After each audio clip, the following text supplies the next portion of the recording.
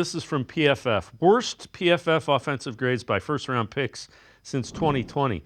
Colts have the worst. It's just one guy. It's Anthony Richardson. And you see the PFF grade. Titans, Wilson, Burks, a couple of offensive linemen haven't worked out, 63.6. Browns have the third worst, and it's Jedrick Wills, 65.4. You got the Panthers, Young and Leggett haven't worked out. You've got the Raiders, Ruggs didn't work out. Leatherwood didn't.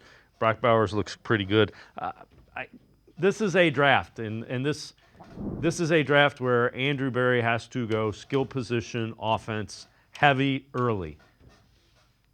100% agree. And I mean, I would argue, you got to start number two. I even put a YouTube short about this yesterday that if the choice is between Travis Hunter and Abdul Carter, you have to go Travis Hunter. And it's not about Abdul Carter, the player. I think it's an outstanding player, but this may be counterproductive saying you don't draft for need, but I think when one side of the offense, one side of the football is just that bad, and last year the Browns offense was that bad. Like I've said it before, 12th worst that DVOA has ever measured. And if you take out Jameis Winston's games, it's the worst DVOA has ever measured. And you can't possibly play complementary football if you have one half of your football team that's just non-functional. So that unit simply has to be addressed.